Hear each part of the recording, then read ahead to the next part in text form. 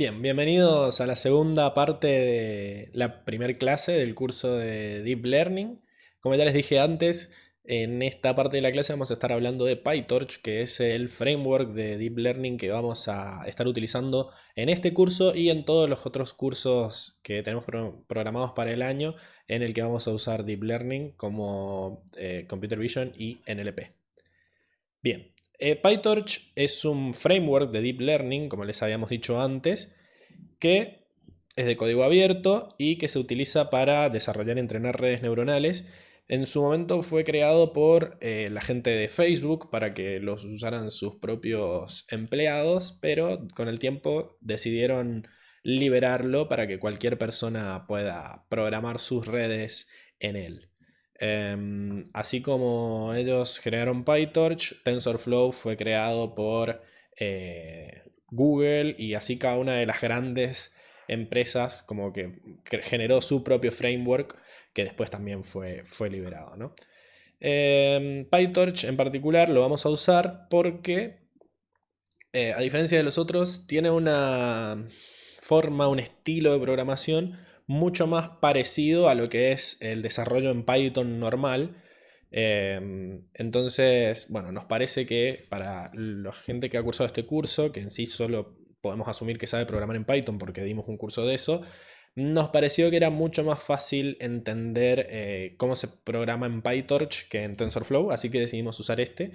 Pero como les dije en la clase anterior, una vez que dominen bien todo lo que hace PyTorch, después en cualquier otro framework de Deep Learning le tienen que proveer por lo menos funcionalidades parecidas y les va a ser fácil traducir de uno al otro.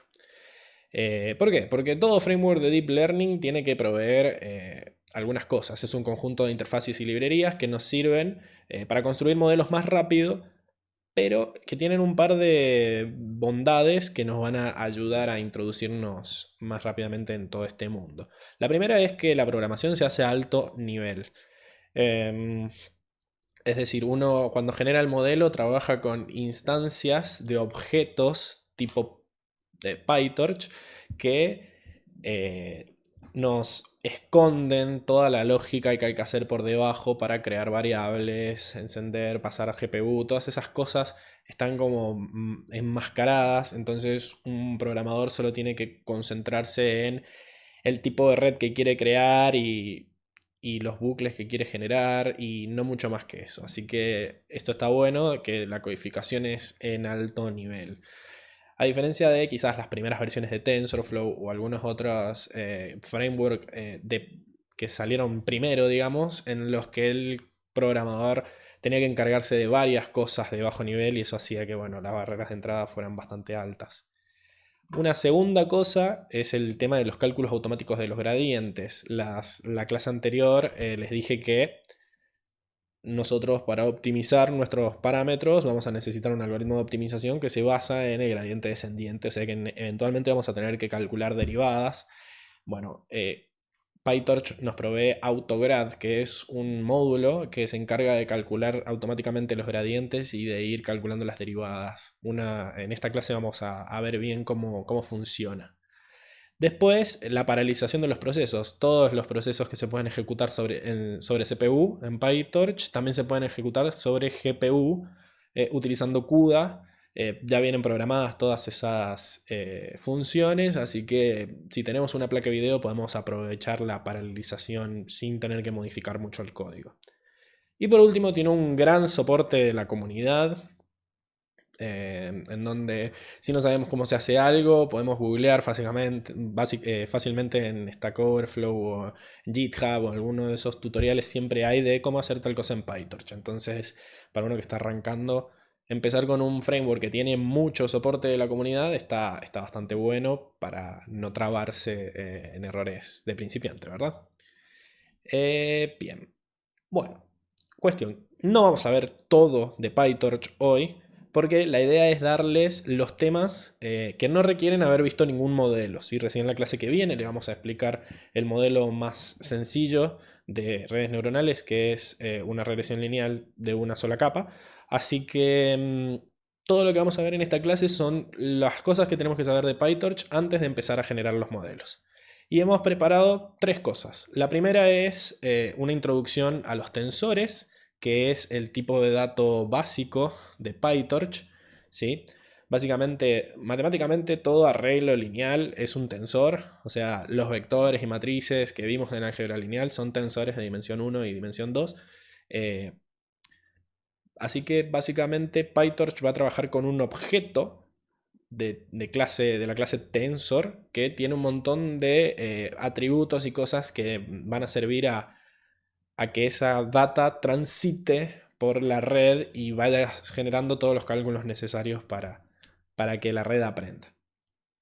Después tenemos datasets y dataloaders, que básicamente son clases que trabajan con los datos antes de que ingresen al modelo. ¿Sí? O sea, todos nuestros datos pueden estar precargados en PyTorch, como estos datasets famosos de MNIST, ImageNet y todos esos están cargados en PyTorch y se pueden descargar con una sola línea. O también nos proveen una API para encapsular nuestros propios datos en un objeto de tipo dataset y recorrerlos con un objeto de tipo dataloader, que tampoco es muy difícil y lo vamos a ver en esta clase rápidamente. Y por último, vamos a ver los fundamentos de AutoGrad, que era este módulo que se encarga de calcular automáticamente los gradientes. Vamos a empezar a ver qué es lo que hace un algoritmo de optimización por debajo y cómo AutoGrad nos soluciona la vida al no tener que preocuparnos de todos esos cálculos matemáticos que se usan, que se están calculando por debajo. Bien, muy bien. Dado este repaso general de todo lo que vamos a ver, arrancamos por la introducción a los tensores. Vamos a eh, descomprimir, digamos, esta sección. Y bueno, básicamente lo que vemos es que los tensores son objetos de tipo Torch Tensor, que es una clase del paquete Torch. Y por lo tanto, para trabajar con ellos vamos a tener que importar ese paquete. Al mismo tiempo vamos a importar el paquete Math, que incluye un par de operaciones matemáticas como funciones trigonométricas y todo eso que lo vamos a usar. Bien. Mi camarita acá está tapando algo, pero la voy a correr rápidamente. Y es que, bueno, una vez que yo corro la primera celda en el notebook de Colab, automáticamente me da RAM y disco para que nosotros nos fijemos. En este caso, a ver si se podía ver acá. Bueno, nos da un pantallazo de lo que estamos usando, ¿sí? De cuánta RAM tenemos asignada y cuánto estamos usando hasta ahora. Cuestión que hasta por eso tardó un poco en ejecutarse esto porque todavía no nos habíamos conectado, pero una vez que ya estamos conectados y aparece este grafiquito acá, ya podemos empezar a hacerlo. El tema es que, ¿cómo saco esto? Bueno, supongo que si aprieto acá, ahí está. Bien, vamos a mover de vuelta acá para que tape lo menos posible. Y bueno, ya tenemos importado, fíjense que acá me muestra como que ya lo corrí. Ya tenemos importado los dos módulos, Torch y Math. Bien, bien, entonces vamos a aprender cómo crear un tensor. Básicamente lo que tenemos que hacer es utilizar acá la llamada a Torch Empty, bien, donde, bueno, empty quiere decir que está vacío y le tenemos que pasar dos atributos. En realidad nosotros lo que tenemos que hacer es pasarle qué tamaño va a tener el tensor. Acá al pasarle este 3 y este 4 le estoy diciendo que mi tensor va a tener dos dimensiones, que la primera dimensión va a tener 3 elementos y la segunda va a tener 4. O sea que en realidad lo que estamos creando acá es una matriz que tiene 3 filas y 4 columnas, ¿sí? Fíjense que si nosotros hacemos acá play, le decimos que nos printe el tipo del objeto y después que nos muestre el objeto directamente. Fíjense que nos dice que es de clase Torch Tensor y que el tensor es el siguiente. Ahora, nos está mostrando números y yo le dije que quería que fuera un tensor vacío. Y esto es porque en realidad acá X es un pedazo de memoria con 12 números flotantes organizados de 3 filas y 4 columnas. Al decirle que es vacío, lo único que hizo fue reservar ese espacio de memoria que va a usar y te está mostrando lo que había guardado ahí antes de que vos la reservaras. Por eso fíjense que hay bastante basura, ¿no? Son números muy chiquitos o muy grandes Y acá incluso hay algo que ni siquiera se puede leer como un número y te larga un nan. Así que lo que hay que tener cuidado es que cuando creamos un vector vacío, un tensor vacío, perdón, no usarlo hasta que no lo asignemos porque tiene toda la basura que tenía, que había en memoria cuando nosotros generamos el objeto. Bien. Hay otras formas de generarlos que no estén vacíos. Las más comunes están implementadas en Torch, como por ejemplo generar algo con todos ceros, que es lo que uno pensaría cuando crea algo vacío, ¿no?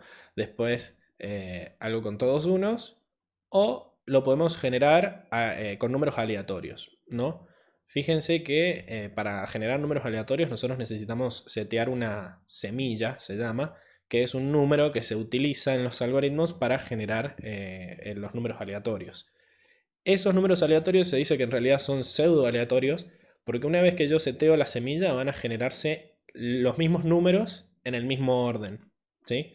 El tema es que es tan imprevisible a partir de la semilla saber quién va a ser el número, que por eso se los considera lo suficientemente aleatorios, pero en teoría las semillas están hechas para garantizar reproducibilidad. Así que si yo seteo la misma semilla siempre, voy a obtener los mismos valores aleatorios, pero que son números que fueron obtenidos de manera casi aleatoria porque son impredecibles a la hora de saber quién va a ser el siguiente. Bien, entonces si nosotros corremos esto, lo que tenemos es que me va a crear un vector, una matriz también de 2×3, pero la primera va a ser de todos ceros, la segunda va a ser de todos unos y la tercera son números aleatorios que generalmente se sacan de una función, de una distribución uniforme, ¿sí? Entre 0 y 1. Así que por eso estamos viendo estos numeritos que están entre 0 y 1. Bien, un poquito más, hablar de las semillas para que se entienda mejor. Si nosotros, fíjense que seteamos la semilla en 1729, generamos un vector random 1 y generamos un vector random 2, esos dos vectores son totalmente diferentes y se ven que son números al azar, pero que se obtuvieron a partir de 1729. Si yo después vuelvo a generar la misma semilla, los números, si yo vuelvo a generar números aleatorios, aunque le ponga random 3 y random 4, van a ser exactamente los mismos números que se generaron la primera vez. Entonces fíjense que este tensor, que es el random 1, y este, que es el random 3, como fueron los primeros 6 números que se generaron a partir de esa semilla, son exactamente iguales. Y el random 2 y el random 4 también son exactamente iguales porque fueron los segundos 6, los del 7 al 12, ¿no? Entonces, si yo pongo la misma semilla, los números van a ser generados igual. Pero si yo cambio la semilla, en vez de poner 29 pongo 30, los números generados son completamente distintos, ¿sí? Entonces, el chiste es que mientras yo mantenga la semilla, voy a garantizar que ante las mismas entradas, por más de que sean aleatorias, siempre voy a obtener las mismas salidas porque estoy asegurándome de generar los mismos números aleatorios una y otra vez. Bien. Cualquier otra cosa que queramos saber acerca de la aleatoriedad en PyTorch, podemos ir a la documentación y nutrirnos un poco más. Pero lo importante es saber eso que les acabo de decir, que si mantenemos la semilla, cada vez que reiniciemos y pongamos el mismo valor, vamos a obtener exactamente los mismos números y por lo tanto los mismos resultados de entrenamiento. Ahora, los tensores pueden tener diferentes formas, ¿verdad? La forma es esta estructura que vimos, una matriz de 2×3 o una matriz de 3×2, tienen distinta forma, aunque tengan el mismo tamaño. Son dos elementos, pero una está al revés de la otra, ¿sí? Están cambiados los tamaños de las dimensiones. Entonces, si yo quiero generar un vector que tenga un tensor que tenga la misma forma que otro tensor que ya hemos trabajado, podemos usar este método like, ¿sí? Es un sufijo que tienen todos los métodos constructores que vimos recién, que les puedo decir, en vez de decirme créame uno de 2×3, créame uno que tenga la misma forma que este. Entonces, si yo genero, por ejemplo acá, X es un cubito de 2×2×3, ¿sí? Es decir, lo puedo pensar como un cubito, lo puedo pensar como dos matrices de 2 filas y 3 columnas. Bien, fíjense que si yo corro esto, me lo va a imprimir así. Me va a decir que es un tensor de 2 por 2 por 3. Lo voy a achicar un poco a esto, así se ve todo. Es un tensor de 2 por 2 por 3 y cuando lo imprimo, en realidad tenemos una matriz de 2 por 3 y otra matriz de 2 por 3, pero están como son las dos pertenecientes al mismo tensor. Bien, entonces esta es la matriz que está en la posición 0 de la primera dimensión y esta es la matriz que está en la posición 1 de la primera dimensión. Bien, ahora, yo quiero que todos los tensores que generen ahora tengan la misma forma. Bueno, uso el like, bien, uso el sufijo like que lo tienen todos los métodos anteriores. Entonces tenemos un empty like que te genera un tensor como X, pero que esté vacío. Un zeros like que te genera con ceros, ones like que te genera con unos y el rand like que te genera, te los genera de manera aleatoria. Fíjense que acá los estamos imprimiendo, tanto la forma como el vector, el tensor. Y fíjense que acá tenemos del mismo tamaño, pero con basura, del mismo tamaño con 0, del mismo tamaño con 1 y del mismo tamaño con números aleatorios. Pero bueno, también podemos crear vectores. Ay, voy a decir vectores toda la clase. Tensores. Vamos a crear tensores que tengan los datos exactos que nosotros queremos, ¿sí? Por ejemplo, acá estamos usando números muy famosos para rellenar mis tensores. Pi, E y otros números así matemáticamente famosos. Y los estamos guardando en un tensor, ¿sí? Fíjense que acá, como les pasé dos listas dentro de una lista, es decir, una lista que como elemento tiene listas, lo toma como que es una dimensión nueva, ¿sí? Si yo empiezo a anidar estas listas de Python, perdón, me las toma como una dimensión nueva. Entonces acá me dice, bueno, esto que me estás pasando acá lo voy a tomar como que son dos filas distintas y lo guardo así.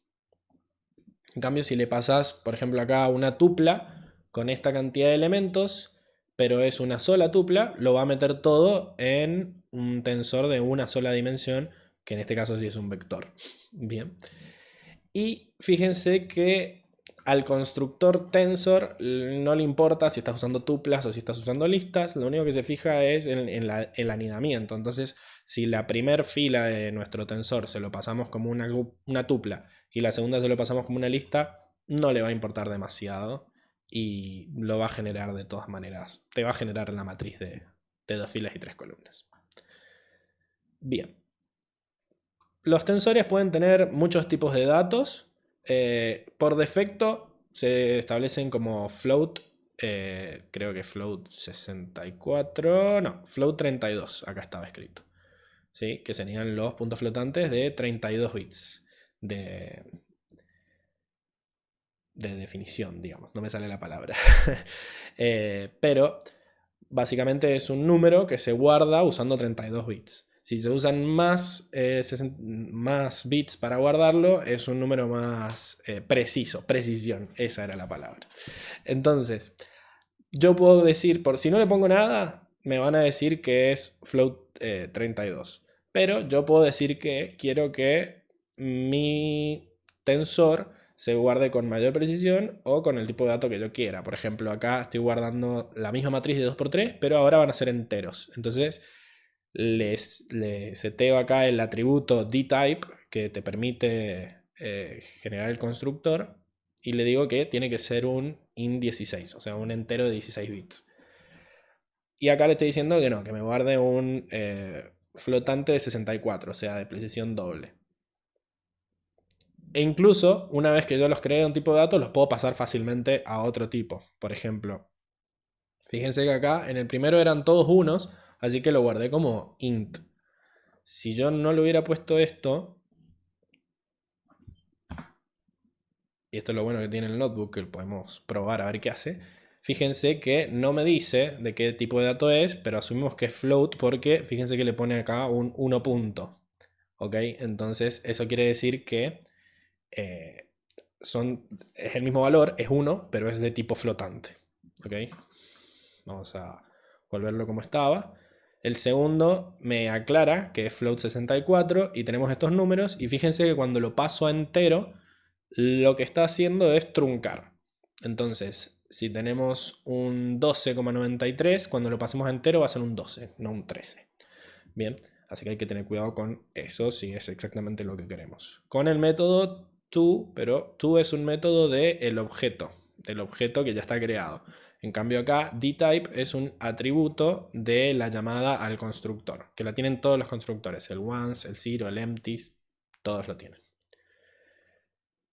Y los tipos de datos disponibles son estos de acá, pueden ser un booleano, un int 8, un entero de 8 bits, un entero sin signo de 8 bits, que este es el que se usa mucho para imágenes, int 64, flotante, double, bla bla bla.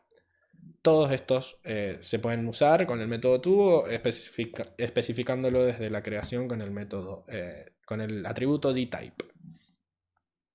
Cuestión que una vez que ya creamos nuestros tensores y que tienen exactamente los datos que nosotros queremos con el tipo de datos que nosotros queremos, básicamente se pueden hacer lo que queramos con ellos. Se pueden hacer operaciones de suma, de multiplicación. Generalmente si usamos el asterisco acá, la multiplicación va a ser elemento a elemento.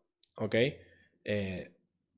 Se puede restar, se puede dividir. O sea, cuando operemos tensores con escalares, la operación se va a aplicar elemento a elemento. Por ejemplo, acá tenemos, para generar un vector de unos, generó un tensor de ceros y le sumó 1. Básicamente nosotros ya vimos que podíamos haber usado el 1 y ese es el que se generó, es el que usó para generar este que se llama 2. Hizo una matriz de unos y la multiplicó por 2. Y acá hizo una forma medio estrambótica de llenar de 3, que son básicamente multiplicó todos los unos por 7, le restó 1 y lo dividió por 2, eso te va a dar 3. Así que esto es una forma de generar un vector, un tensor lleno de 3. Y así puede generar 4 o raíces cuadradas, bla bla bla. Es lo que estamos generando acá. Entonces, lo importante es que todas las operaciones entre tensores y escalares se hacen elemento a elemento. Pero también puedo operar con tensores directamente. ¿Sí? Puedo sumar los unos y los cuatros y me van a dar 5. ¿Sí? Puedo hacer la potencia de todos estos elementos a la 2 y va a ir elemento a elemento haciendo todas las potencias a la 2. Acá está multiplicando y va a ir elemento a elemento. Los que estén en la misma posición en ambos se van a multiplicar. Bien.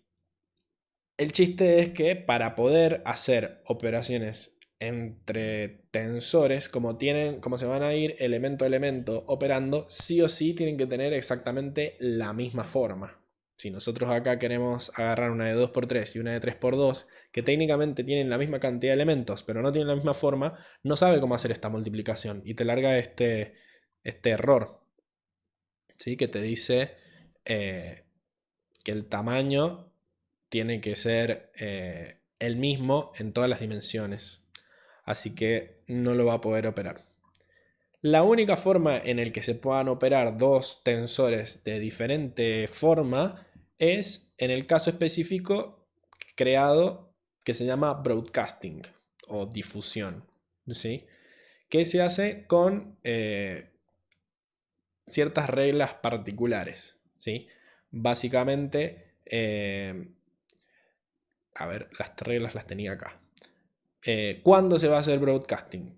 Bueno, por defecto se puede hacer broadcasting cuando los tensores no están vacíos. Esa tiene que ser la primera condición. No se puede hacer operaciones entre tensores vacíos. O sea, ¿a qué me refiero con vacío? No que fue creado con el empty, sino que no tiene dimensiones. ¿Ok?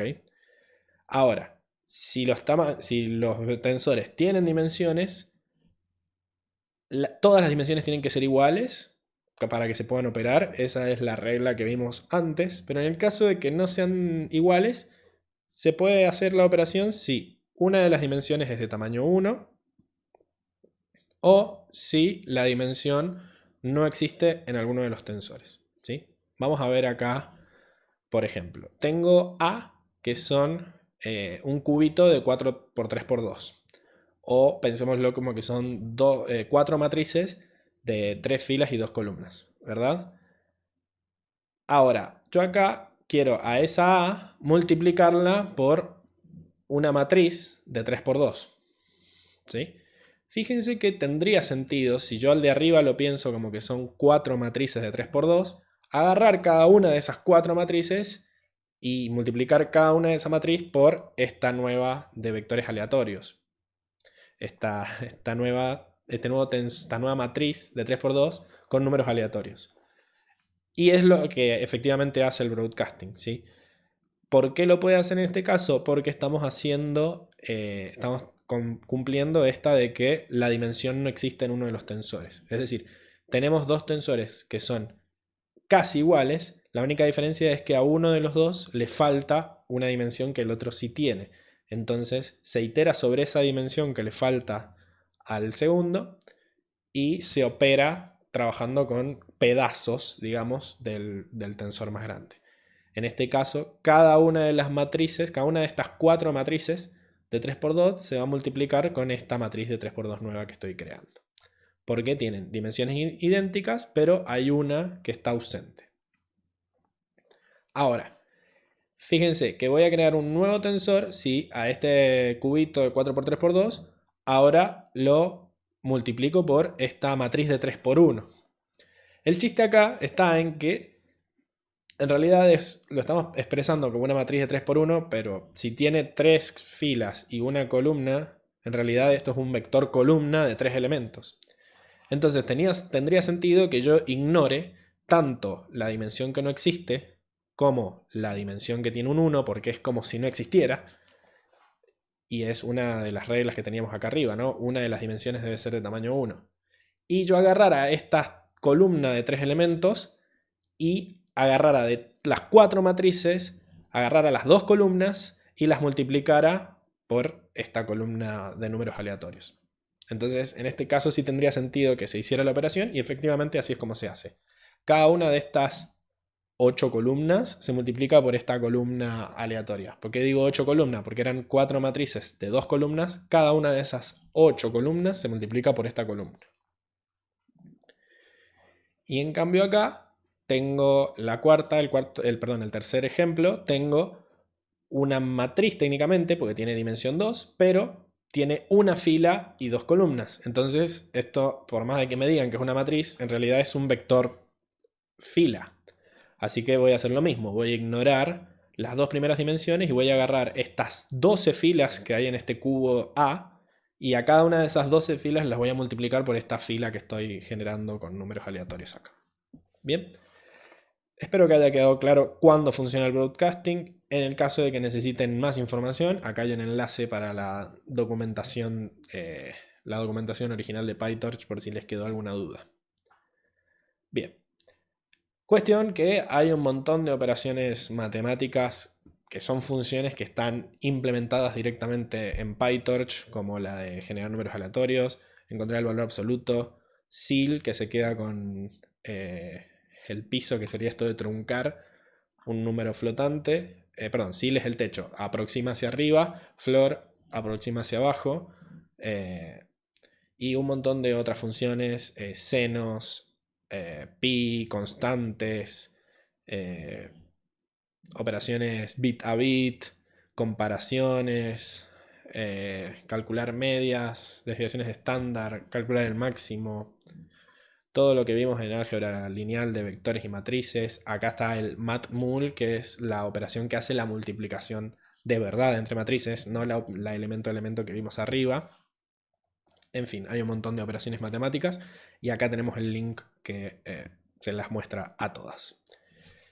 El chiste es que, al parecer por lo que estamos viendo, siempre todas las operaciones, estas que generan, agarran, las operaciones matemáticas que vimos arriba, agarran dos o todos los tensores que requieran para llevar adelante la operación y te devuelven un tensor nuevo.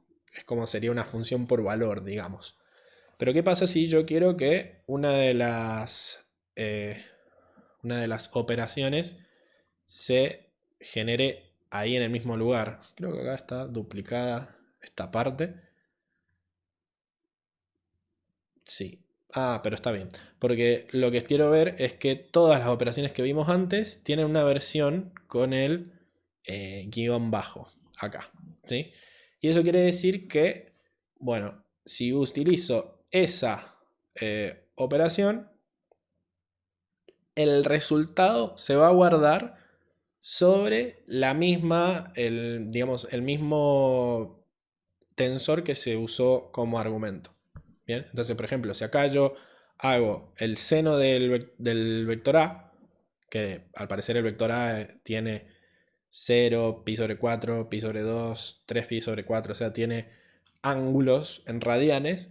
Si yo calculo el seno de ese vector, que en este caso es un vector, me va a calcular, me lo va a imprimir, pero el vector A queda inalterado, ¿sí? Porque yo no estoy asignando el valor a ninguna salida, entonces ese se pierde.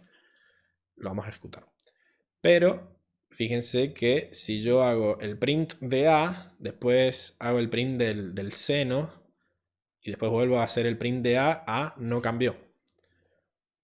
En cambio, si uso la versión con el guión bajo, lo que va a hacer es que se va a hacer la versión por referencia de la función. Entonces, cuando yo aplique el seno a B, el resultado se va a guardar en B.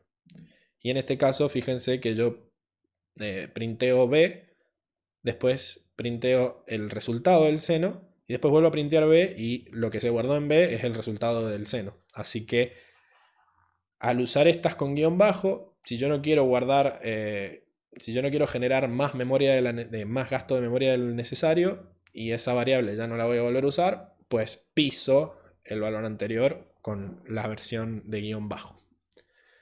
Bien. Bien, bien, bien, bien, bien. Bueno, ahora, ¿qué pasa si yo quiero copiar tensores? ¿No? Lo que yo hago al asignar, al hacer esta asignación, por ejemplo, acá estoy generando una matriz de 2 por 2 con todos unos.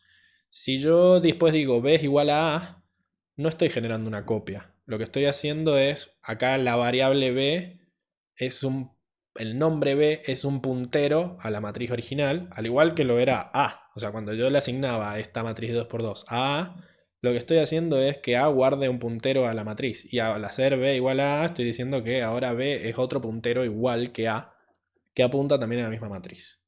Entonces, si yo acá digo, cambiame el elemento de la fila 0 y la columna 1 por un 561 y se lo cambio usando la letra A, cuando haga print de B también va a estar cambiado porque cambié la original y ahora si hago print A o print B va a apuntar a la matriz cambiada. Si yo quisiera una copia por separada, tengo que usar el vector clone. Entonces, fíjense que acá A y B son dos matrices distintas y son dos variables que apuntan a dos matrices distintas. Fíjense que acá, esto lo vamos a correr, acá hay una aseveración que dice que B no es A, y es cierto, porque si esto no se hubiera cumplido, esto habría largado un error. Y además se fija si A es igual a B y lo imprime por pantalla, y fíjense que en todos los casos todos los elementos son iguales, entonces me va a largar un vector de truth. O sea, son dos objetos diferentes, pero que tienen los mismos valores en cada uno de sus elementos. Y vemos que si cambiamos A y B no cambió, sigue siendo todos unos. Así que sí, cuando quieran hacer una copia, acuérdense de usar clone. Bien, después tenemos esto de que puedo cambiarle la forma al tensor como yo quiera. Si quiero un tensor de 3 por 2 y tengo un tensor de 3 por 2 y lo quiero cambiar a un tensor de 1 por 6, técnicamente voy a poder porque tienen la misma cantidad de elementos. Siempre que yo no modifique la cantidad de elementos, le puedo cambiar la forma utilizando reshape. ¿Sí?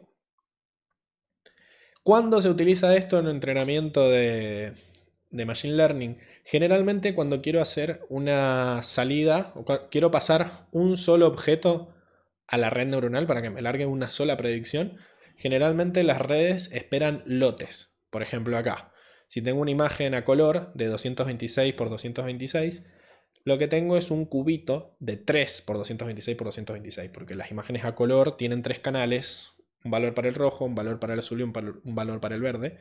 Entonces necesito guardar tres imágenes iguales, una con azul, una con rojo y una con verde. Ahora, una imagen es un objeto de tres dimensiones, pero si yo quiero n imágenes que pasen al mismo tiempo por la red, en realidad es un objeto de cuatro dimensiones. Es lo mismo que decíamos recién, si un objeto de tres dimensiones, podríamos tomarlo como que son n matrices, un objeto de cuatro dimensiones podemos tomarlo como que son n cubos. Entonces acá, si cada foto es un cubo de 3 por 226 por 226, al ponerle la dimensión n voy a tener n fotos. Y la red siempre espera, si estamos trabajando con imágenes, n fotos. Entonces espera un tensor de dimensión 4.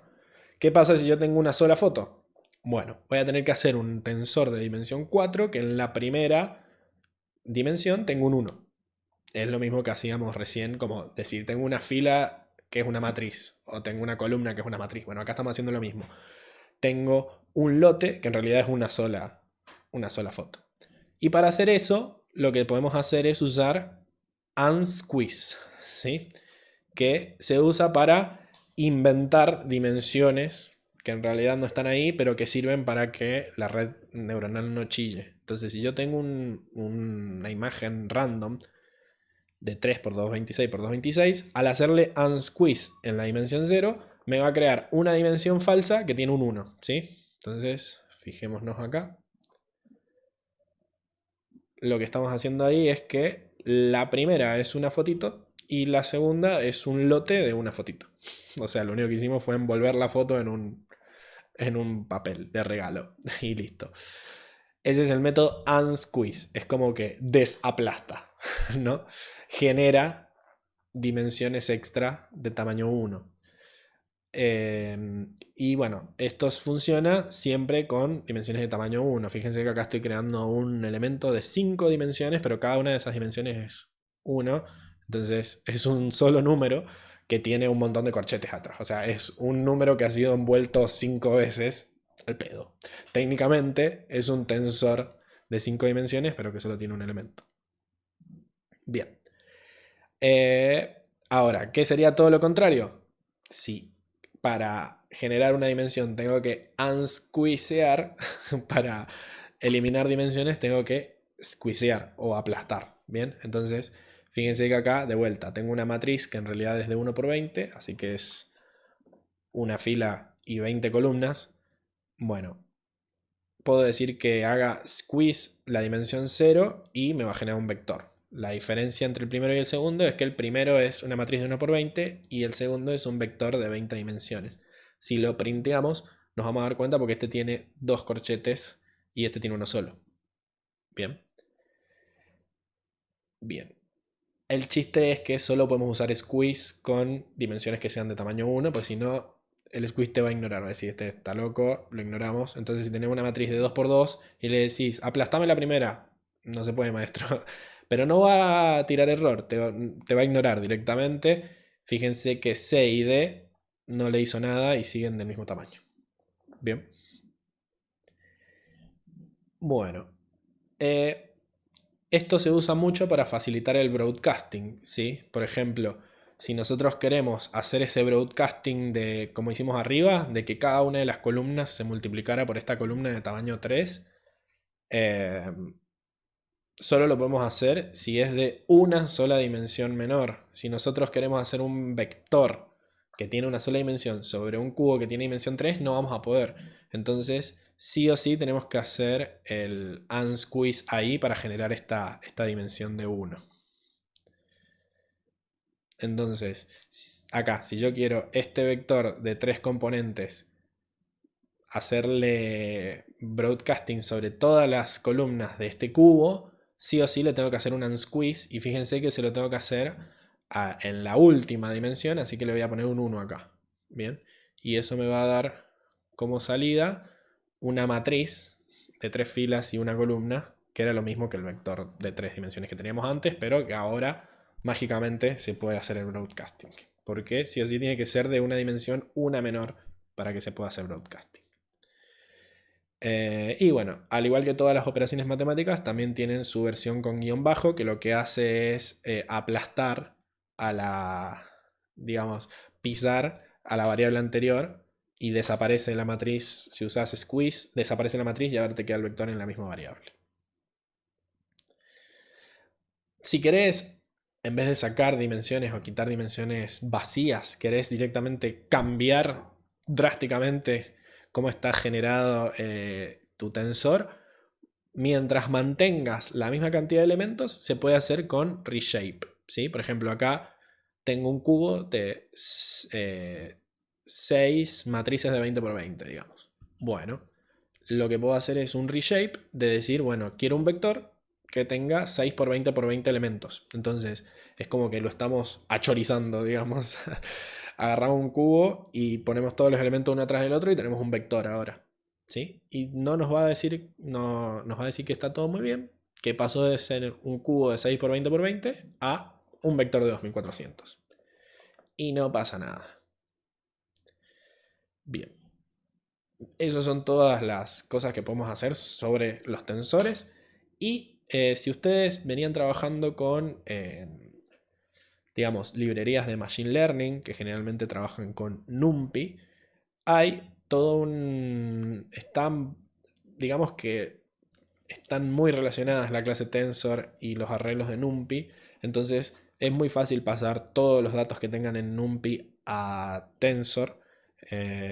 Por ejemplo, acá tenemos un arreglo de unos de NumPy. Si hacemos from NumPy, podemos transformarlo en tensor y listo. Hay un montón de formas de transformar de NumPy a tensor. También pueden leer la documentación y no va a ser mucho problema eso. Vamos a seguir entonces con la segunda parte, que es datasets y data loaders. Vamos a descomprimir, digamos. Y lo que tenemos es que, bueno, generalmente toda la parte previa de los datos termina siendo siempre medio un quilombo. Y también es todo código que no tiene mucho que ver con la parte de los modelos. Entonces, lo que queremos hacer siempre es tratar de a eso darle una mejor legibilidad y, digamos, modularidad también al separar todo lo que es el preprocesamiento de los datos con la carga en el modelo propiamente dicha. Así que para hacer eso, PyTorch nos provee dos clases. La primera es dataset, que es el objeto que va a guardar los datos, digamos, y dataloader, que es un iterador que envuelve a los datasets y que va a ser el que me vaya proveyendo de datos a medida que lo necesite durante el entrenamiento, ¿sí? Recuerden lo que les dije en la parte anterior de la clase, que yo generalmente usaba batches para entrenar, entonces le voy a decir, bueno, ahora dame 64 y ahora dame 64 de vuelta y ahora dame otros. Entonces está la clase DataLoader que me va generando esos lotes y me los va dando para que yo pueda entrenar.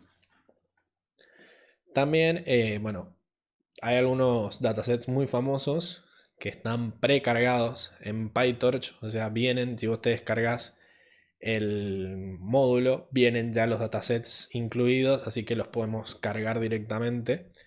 Y cada dataset es un objeto de tipo dataset. Entonces, si nosotros queremos instanciar ese dataset, tenemos que crear ese objeto pasándole algunos parámetros. Y si no, podemos crear nuestra propia subclase, digamos, de dataset con nuestros propios datos. Bien. Para ver qué datasets hay de imágenes, texto y audios, pueden visitar estos links de acá. Bueno, ¿cómo hacemos para cargar un dataset? Por ejemplo, vamos a hacer el de Fashion MNIST, que son 60.000 imágenes de 28 por 28 en blanco y negro. Y además tienen una etiqueta cada uno, que si es una botita, o es un vestido, o es una zapatilla, bla, bla, bla, bla, bla, bla. Básicamente es un dataset de clasificación. Recibimos la imagen y nos dice a qué clase pertenece cada una de las imágenes. Para, digamos, instanciar el dataset, lo que tenemos que hacer es crear un objeto de la clase FashionMNIST, que es una subclase de dataset, que viene en este módulo datasets. Así que tenemos que importar un montón de cosas. Dataset es una clase que está dentro del módulo utilsData. Después, Torch Vision es la parte de visión computacional de Torch, que esa es la que trae la librería datasets. Bueno, y Transforms, que se le puede hacer transformaciones a los tensores para aumentar la cantidad de ejemplos. Ya lo veremos en la parte de visión computacional a eso. Y vamos a importar también el PyPlot para mostrar las imágenes. ¿Sí? Fíjense que tardó un poquito esto porque estaba descargándose la información, ¿sí? Lo único que trae esto es la clase, no trae las imágenes dentro del módulo que nos descargamos, pero la clase está preparada para descargarla de internet. Fíjense que yo acá tengo un atributo que se llama downloadTrue, que lo descarga si se fija que en digamos, en esta raíz, en esta carpeta data que yo le pasé, si está ahí, pues ya no lo descarga, pero si no está ahí, va y lo descarga de internet, como en este caso, que como yo no lo había descargado todavía y estoy usando una máquina de Google, lo tuvo que descargar. Bien. Train True me trae el dataset de entrenamiento y Train False me trae el dataset de testeo. Ya vamos a ver para qué sirve cada uno de esos en una clase posterior. Pero lo importante es que bueno, acá en Transform me dice que lo tengo que pasar a tensor. Entonces, ya directamente esto me lo guarda como un tensor. Bien. Ahora, ¿cómo hacemos para iterar sobre el dataset? Esto lo que me devuelve es estos datasets se pueden indexar como si fueran listas. Podemos usar los corchetes y ponerle un índice y me va a devolver justo ese elemento. Entonces, yo les había dicho que este dataset tenía 10 clases. Bueno, acá vamos a generar un diccionario que tenga las 10 clases con este índice. Y vamos a ir iterando sobre el dataset. Fíjate que yo acá voy a iterar sobre un vector que va desde 1 hasta la cantidad de elementos más 1. Bien. La cantidad de elementos de esta matriz de 9 elementos que es de 3×3. O sea que va a ir desde 1 hasta 10 y va a ir buscando un elemento al azar. Fíjense que yo acá estoy generando un tensor entero con este torch rand int, pero le estoy diciendo que sea de tamaño 1. Así que voy a generar un solo elemento y lo voy a sacar con ítem. O sea, no va a ser un tensor de un elemento, sino que el único elemento que genere dentro de ese tensor, con ítem, lo voy a devolver como si fuera un entero normal. ¿Sí? Y me dice, le paso acá len de training data para que me genere un entero, digamos, aleatorio entre 0 y ese número que le estoy pasando como máximo. Bueno, la cosa es que generé este índice aleatorio que lo voy a usar poniéndolo entre corchetes dentro de training data, que es un dataset. Así que eso me va a devolver, al parecer, una tupla de 2 elementos, una imagen y una etiqueta. Y bueno, acá lo que hago es que el título de cada una de estas imagencitas va a ser la etiqueta. Pero fíjense que la etiqueta es un numerito. Así que yo, para que me diga, qué sé yo, Uncle Boot, lo que tengo que hacer es usar ese numerito para buscarlo en el diccionario de arriba. Y después, fíjense que muestro la imagen, pero volvió el squeeze, ¿no? Que habíamos visto arriba. Y tenemos que hacer ese quiz porque estas imágenes son imágenes en blanco y negro, pero en fin son imágenes. Entonces no las voy a tratar como matrices en mi dataset, sino que se cargan como cubos de dimensión 1 igual a 1, de la primera dimensión igual a 1. O sea, es, en vez de ser 3 matrices como las imágenes a color, es una sola matriz, porque es en blanco y negro. Pero el PLT el PyPlot, me dice, o me devolves un cubo con 3 matrices, perdón, o me pasás como entrada un cubo de 3 matrices, o me pasás una sola matriz. Entonces, como mi dataset es un cubo que tiene un 1 al principio, con squeeze lo transformo en una matriz. Y le digo que está en blanco y negro. Y lo muestro. Bien, así que lo importante de acá es que yo puedo, digamos, indexar los objetos de tipo dataset como si fueran una lista con el índice. Le paso el índice y me devuelve la imagen correspondiente. En este caso, me devuelve tanto la imagen como la etiqueta. ¿Ok? Ahora, ¿cómo creo yo un dataset con mis propias imágenes, con mis propios audios, con mis lo que sea? Bueno, tenemos que generar una subclase de dataset que sea que tenga de nombre lo que yo quiera. Fíjense que arriba yo cuando me descargué FashionMNist usé la clase FashionMNist. Bien. Yo tengo que generar una subclase que en este caso le vamos a poner Custom Image Dataset, o sea, un dataset de imágenes personalizado. Y le estoy poniendo que hereda de la clase dataset, o sea, es una subclase de dataset. Y tengo que implementar tres funciones. La primera es un constructor. La segunda es un len que me tiene que devolver cantidad de elementos tiene ese dataset. Y la tercera es un getItem que recibe un índice. Entonces, fíjense que arriba cuando decíamos, los datasets se pueden indexar como si fuera una lista, en realidad cuando llamas entre corchetes, lo que está haciendo es llamar a esta función getItem por debajo. Bueno, fíjense que acá es muy fácil. Cuando construimos, lo que le tenemos que pasar es un archivo CSV que tenga guardado un data frame con la ruta de las imágenes y la etiqueta. Fíjense que acá este annotation files yo lo estoy leyendo con read CSV de pandas y lo estoy guardando en una variable. Estoy guardando todo el dataset en esa variable. Después, ImageDir es el directorio donde están todas las imágenes guardadas. También es un atributo. Y después recibe dos atributos que pueden ser vacíos y que son vacíos por defecto, que son la transformación que se aplica sobre las imágenes, que es una función que le tenemos que pasar como atributo, y la transformación que se le aplica a los labels, que también es otra función. En este caso la podemos dejar vacía.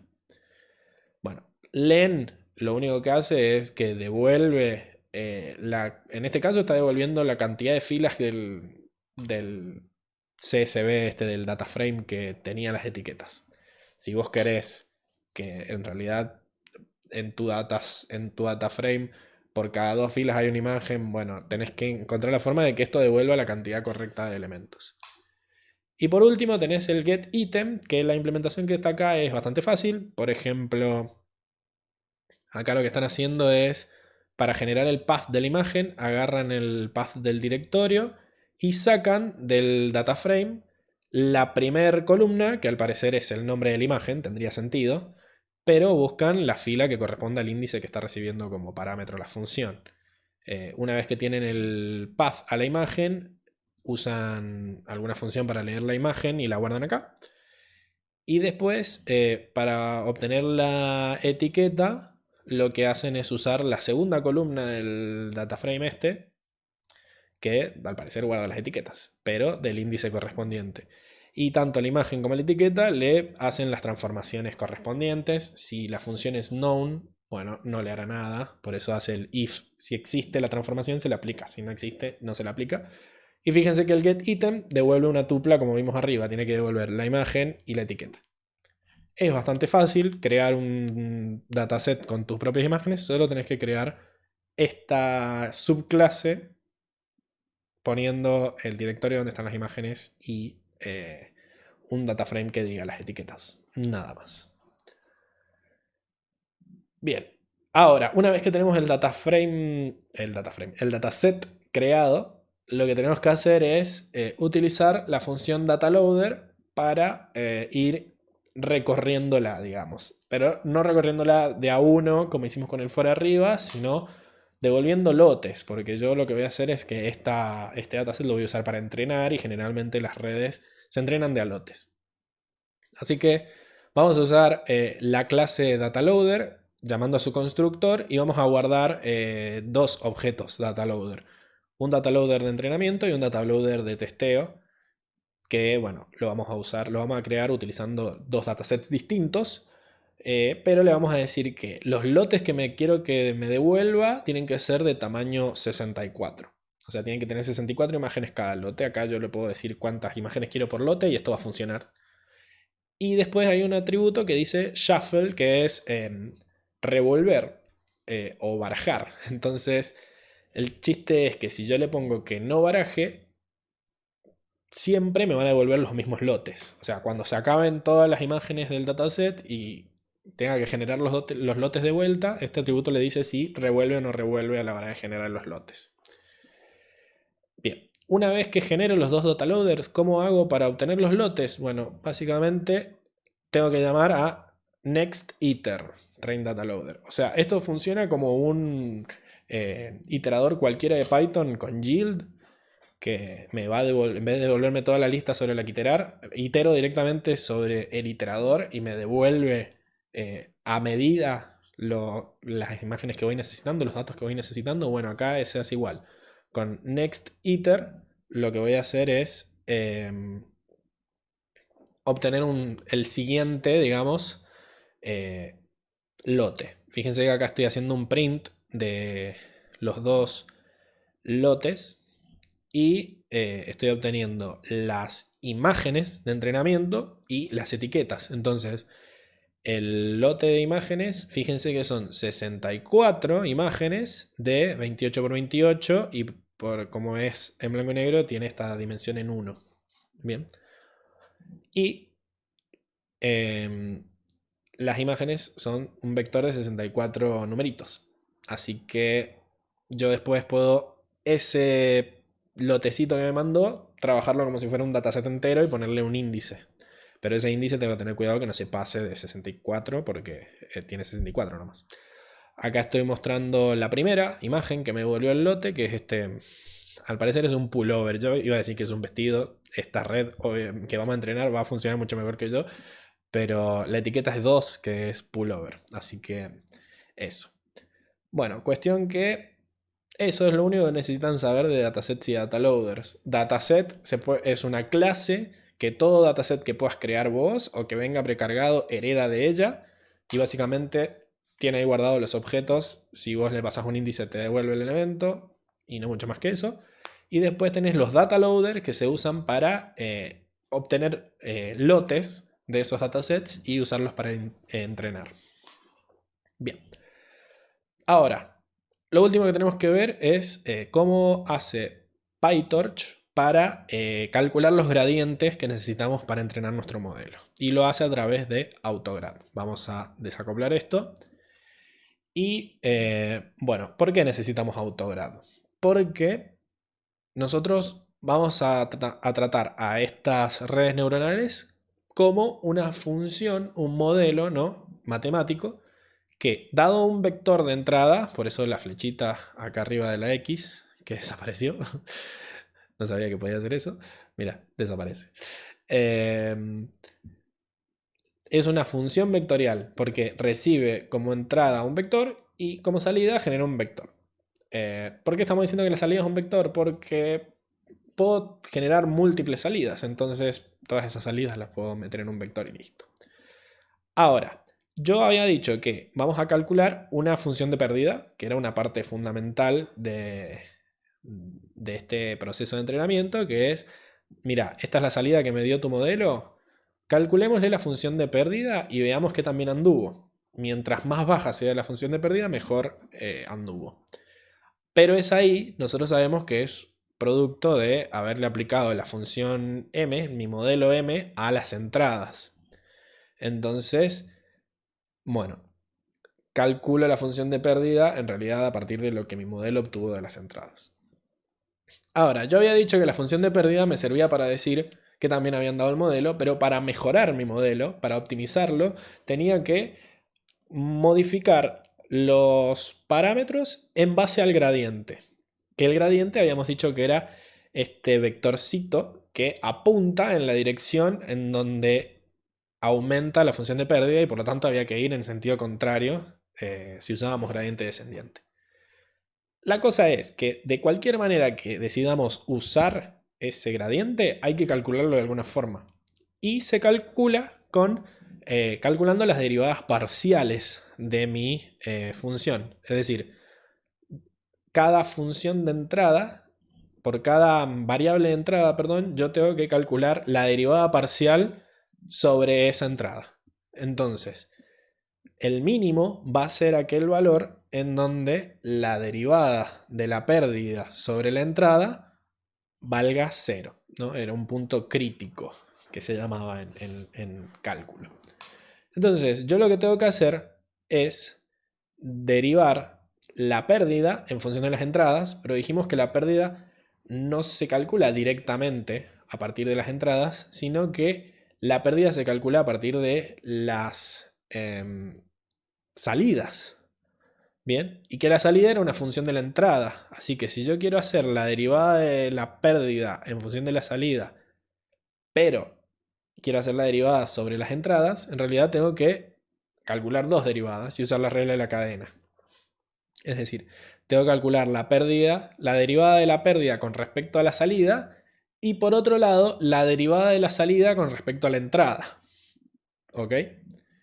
La derivada de la pérdida con respecto a la salida es fácil de calcular porque es un cálculo de una función que yo estoy creando. Generalmente usamos pérdidas cuya derivada sea fácil de calcular. Ahora, esta parte es la parte complicada, porque yo tengo que calcular cómo afecta cada una de las entradas al resultado de la salida en una red neuronal que es compleja. Por ejemplo, acá tenemos un diagramita, vamos a achicar un poco. Esta es una red neuronal relativamente chica, tiene 3 capas, pero cada capa tiene 3 neuronas. Básicamente, cada neurona, lo vamos a ver en la clase que viene, pero cada neurona es una operación que se realiza sobre una entrada y produce una salida. Bien, entonces, yo lo que tengo que hacer es calcular cómo carajo esta entrada afecta a esta salida, ¿no? Y ustedes me dirán, bueno, arriba ya vimos que es la regla de la cadena. Entonces, yo trato a cada una de estas capas como una función separada y digo, la derivada de y sobre x en realidad va a ser la derivada de esta función, la derivada de y sobre el resultado de esta función por la derivada del resultado de esta función por el resultado de esta y así voy haciendo la cadena hasta que llego a x y listo. ¿No? Pero la respuesta es que no, porque en realidad como estas capas están densamente conectadas, es decir, esta x, cualquiera de estas x, es entrada a cada una de estas funciones y cada una de estas funciones es entrada a la siguiente capa y así, esta x afecta a cualquiera de estas salidas de muchas maneras. Es más, yo puedo afectarla por este caminito de acá, haciendo F11, F12, F13 y llegando ahí. O puedo hacer F11, F22 y seguir por el medio y llegar ahí. O puedo hacer cualquier otro camino. Cualquiera de todos los caminos que ven acá, todos afectan ahí y a todos hay que tenerlos en cuenta a la hora de calcular la derivada de la salida con respecto a la entrada. Entonces, lo que terminamos viendo es que esto es un quilombo y que la única forma de hacerlo relativamente simple es como lo hace Autograd, ¿sí? Que es armando un grafo computacional por debajo del caminito que hizo la entrada para llegar a la salida. Bien, es decir, vamos a ver un ejemplo sencillito de cómo funciona esto. Vamos a volver a agrandar para que se vea mejor. Y bueno, vamos a importar todo. Y lo que necesitamos acá es hacer un ejemplo tranqui. Vamos a generar un tensor A, que en realidad es un vector que se genera mediante espacios, ¿no? Vamos a ir desde 0 a 2pi dando 25 pasos. O sea que yo lo que voy a generar es este vector de acá abajo, ¿no? Que es un vector que tiene 25 números, en donde el primero es 0, el segundo es 2pi y va saltando de 1 sobre 25. O sea, 2pi sobre 25. Y acá le estamos poniendo que requires grad true. ¿Ok? Cualquier tensor que yo construyo usando los constructores que vimos arriba va a tener por defecto requires grad true. Yo acá a este le estoy poniendo para que se active el autograd. Es decir, si yo le pongo acá requires grad true, este tensor autograd lo va a monitorear y va a ir guardando de él toda la información que necesite para calcular los gradientes. Bueno, cuestión que acá, a partir de ese vector A que tiene ángulos de 0 a 2pi, son ángulos que van dando toda la vuelta, voy a calcular el seno de cada ángulo. Y lo voy a plotear en esa imagen que ustedes ya veían abajo porque yo ya había ejecutado esto. Entonces, como es una función sinusoidal, básicamente es una función seno, lo que voy a hacer es obtener esta curva, ¿no? Desde 0 a 2pi. Bien. Si hacemos print al tensor B, vamos a obtener los valores que se graficaron arriba, pero lo importante es este dato que me tira el print, que es que, bueno, este vector, es un vector, esta vez no me equivoqué, este tensor es muy bonito y fue obtenido a partir de una función seno. Es decir, es el resultado de haber aplicado la función seno sobre otro vector. Que esto es muy importante si yo después quiero hacer la derivada, la regla de la cadena. Yo tengo que saber qué operación se hizo para obtener b para después calcularle la derivada y obtener sus gradientes. ¿Bien? Y así va a pasar con todas las operaciones que yo siga haciendo a través de esto. C es el doble de b, pero b era el seno de a, entonces se va construyendo una cadena, ¿no? Y d es c más 1, entonces fíjense que para cada eslabón de la cadena, Autograd guarda qué operación se usó para generarlo. Entonces yo acá en C se guardó el vector y además se guardó que es el resultado de una multiplicación. Entonces después tengo que hacer, para hacer backward, para ir para atrás, haciendo regla de la cadena, tengo que tener en cuenta que acá se usó una multiplicación y que acá se hizo una suma sobre otra cosa. Bien, finalmente la salida va a ser la suma de este vector D generado, la suma de todos sus elementos, así que lo generamos y me genera un único número, que es 25, que lo vamos a tomar como mi función de pérdida. Y este se obtuvo a partir de sum backward, que es sumar todos los elementos entre ellos, a diferencia de este add backward, que es sumar ese elemento, ese tensor con otro tensor. Bien. Bueno, entonces, lo que vamos a hacer es... vamos a ir viendo todas las funciones en la cadena, ¿sí? Por ejemplo, acá vamos a poner d dos puntos, que es lo que aparece abajo, y vamos a ir yendo en esa cadena que se va armando. Fíjense que si yo hago grad fn, me sale el add backward que se usó para generar a d. Bien, d era c más 1, así que tiene su add backward. Pero yo puedo ir poniendo next function y diciendo a ese elemento dame el siguiente y de ese dame el siguiente, como estoy viendo que estoy haciendo acá en estas llamadas, y obtengo toda la cadenita de operaciones que se hizo. Entonces yo sobre estas operaciones encadenadas puedo hacer regla de la cadena y sé que tengo que hacer la derivada de esta suma y por la derivada de esta multiplicación por la derivada del seno, bla bla bla. Y fíjate que C solo estamos mostrando la primera, pero también tiene de acá para abajo. Y con B pasa lo mismo.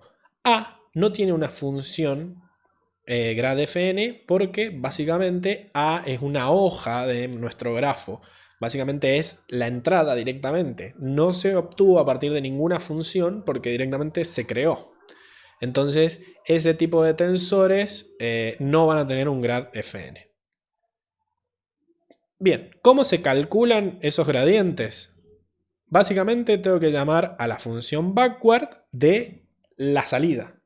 El último tensor que se creó como resultado de toda esa cadena de operaciones, a ese le digo hacer backward. Y ese va a ir fijándose en toda la lista de grad fn que vimos arriba y va a ir haciendo una por una todas las derivadas hasta que llega a la hoja, que en este caso era la A.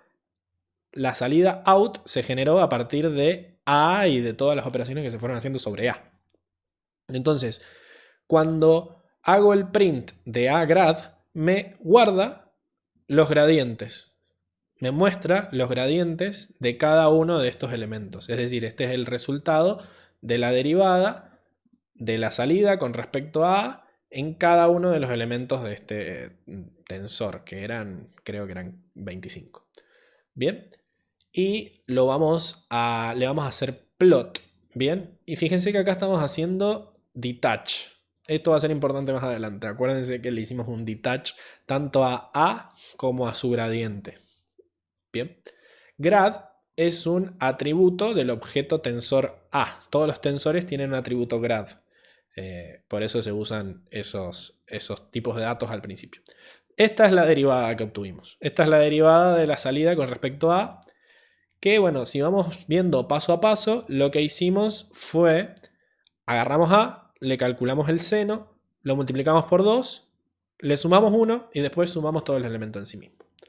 Las derivadas de las sumas con respecto a otras cosas, la verdad que no alteran la derivada, así que lo podemos ignorar. La derivada es igual. La derivada de multiplicar por 2, ¿sí?, es directamente la multiplicación por 2 de la derivada, no altera nada. Y después de haberle aplicado el seno a A, la derivada es el coseno. Entonces, si todo lo que le hicimos a A fue multiplicar su seno por 2 y sumarle cosas, la derivada es el doble de hacerle el coseno a A, que es lo que vemos en esta función, que es la función coseno. Sí, es igual que la seno, pero trasladada en la fase. Así que está funcionando esto. Bien. Y como de cada una de las operaciones que hace, de cada uno de los tensores de salida que genera, guarda cuál fue ese eslabón nuevo en la cadena que se hizo en grad fn, cuando vos haces backward para calcular la derivada de la salida con respecto a cualquiera de las hojas que eran las entradas, va a seguir la cadena hacia atrás sin ningún problema porque guardó toda la info y lo va a hacer automáticamente. Lo único que tenemos que hacer nosotros es ponerle a los tensores originales que necesitamos que guarde los gradientes y en algún momento llamar a backward. Fíjense que backward solo calcula los gradientes. No estamos haciendo nada. Todavía no estamos usando los gradientes para modificar los parámetros. Eso lo va a hacer el optimizador según la estrategia que siga el optimizador. Por ahora lo que estamos haciendo con backward es que cada entrada guarde sus gradientes y después el algoritmo de optimización hará lo que crea conveniente con esos gradientes, seguirá la estrategia que corresponda para llegar al mínimo a partir de ellos. Lo que estamos viendo acá es cómo generar esos gradientes, nada más. Bien, el tema es que por defecto esto se activa, ¿sí? Así que si vos hay vectores o tensores, mejor dicho, que se generan a partir de operaciones de las cuales no querés calcular el gradiente por X motivo, podés desactivarlo poniéndole requires grad false. Bien, entonces fijémonos qué pasa. Si vos creas acá un tensor A, una matriz de 2×3, bien, y le pones que si requiere gradientes, cuando hagas una operación B1 al multiplicar a A por 2, B1 va a tener sus gradientes activados. ¿Sí? Ahora, bien, ¿qué estamos printeando acá? Acá, A tiene los gradientes activados. B1 me va a mostrar que se obtuvo como una multiplicación sobre alguien que sí tenía los gradientes activados. Y después, si yo le desactivo los gradientes y genero otra operación. Cuando hago print sobre el resultado de esa operación, fíjate que no me guardó que es el resultado de ninguna operación. Como yo le dije que lo sacara del grafo, no sabe qué operación se hizo, y si yo esa rama, digamos, de la red no la va a tener en cuenta a la hora de calcular los gradientes. Bien. Si ponemos requires grad false. Bien. Ahora, otra forma de hacerlo es con torch no grad. Podemos generar como una especie de bloque de código en donde todas las operaciones que se hagan dentro del alcance de ese bloque, ninguna va a generar tensores con gradientes. Ninguna de esas operaciones van a estar dentro del grafo computacional que se usa para calcular las derivadas. Así que fíjate que C1, como está fuera del bloque, sí guardó la operación, tanto C1 como C3 guardó la operación de suma y multiplicación que se usó para generarlos, pero C2, que está dentro del bloque de NoGrad, no se guardó la operación. Y además de usarlo como un bloque, también se puede usar como un decorador de funciones. Si, bueno, todas tus operaciones están dentro de una función, vos podés, a la hora de definir la función, decorarla usando un @nograd. Entonces, todas las operaciones dentro de esa función no se va a guardar la operación. Fíjense que tanto C1 usa addTensors1, que no tiene el decorador, entonces sí te guarda, sí aparece toda esa función en el grafo, pero C2 usa addTensor2, que sí tiene el decorador y por lo tanto no guarda la información. Y si por alguna razón vos querés crear una copia de alguna de los tensores que no esté dentro del grafo, ahí usas detach, ¿sí? Y por eso es que nosotros habíamos usado detach para graficar A y sus gradientes. Porque Matplotlib no espera tensores, espera arreglos NumPy. Y si vos le pasás un tensor, Matplotlib automáticamente lo transforma en NumPy. Pero el casteo automático de tensores a NumPy está desactivado si vos tenés requiresGrad en true. Entonces, sí o sí vas a tener que crear una copia en un tensor nuevo que esté por fuera del grafo, que tenga requiresGrad false con detach, y una vez que creaste esa copia, a esa copia sí la vas a poder graficar. Entonces, acuérdense, si les chilla en algún momento algo para hacer un gráfico, tienen que usar detach para que se active el casteo automático de tensor a NumPy. Bien, y habíamos visto que la verdad que todas las operaciones tenían una forma de hacerlas in situ, digamos, ponerle guión bajo y que se pisara la entrada con la salida. Bueno, eso está muy bonito para ahorrar espacio en memoria, pero es una cagada si vos querés calcular los gradientes, porque básicamente estás destruyendo el grafo, estás creando bucles en tu grafo en el que yo soy la entrada de mi propia salida, y eso va a arruinar todo porque rompe la cadena, ¿ok? Entonces, fíjense que acá, si hay un tensor, por ejemplo acá este tensor A, que está generado con requiresGradTrue, y vos querés aplicarle el seno que pisa, te va a decir, mira maestro, no. No, porque me vas a romper todo el grafo, ¿sí? Y acá te está diciendo, mira, una variable de hoja, estas variables que fueron creadas de la nada, no fueron resultado de otra operación, que requiere que calculemos los gradientes, vos la estás pisando en una operación in place. Así que no te vamos a dejar. O le sacás el requireGrad a A para que no la traquemos, no la monitoreemos, o cambiala a la operación por una que no pise la entrada, porque si no, no se va a poder hacer el chistecito este de los grafos para calcular las derivadas. Bien, así que bueno, esto es lo que ustedes tendrían que quedarles bien claro para poder pasar a la clase 2 dentro de unos días. ¿Ok? Vamos a empezar a ver modelos de regresión lineal y vamos a empezar a generarlos con PyTorch, pero necesito que ustedes sepan bien, claro, todo lo que tiene que ver con tensores, manejo de los datos de entrada con dataset y data loaders y qué carajo pasa cuando hacemos backward y por qué funciona automáticamente, para que cuando lo hagamos en la próxima clase en un modelo normal, en un modelo tranquilito, ustedes ya sepan esto y no tengan que estar viendo qué hace esta línea, qué hace esta otra. Bien, les deseo unos buenos días y nos vemos en la próxima clase. Abrazo.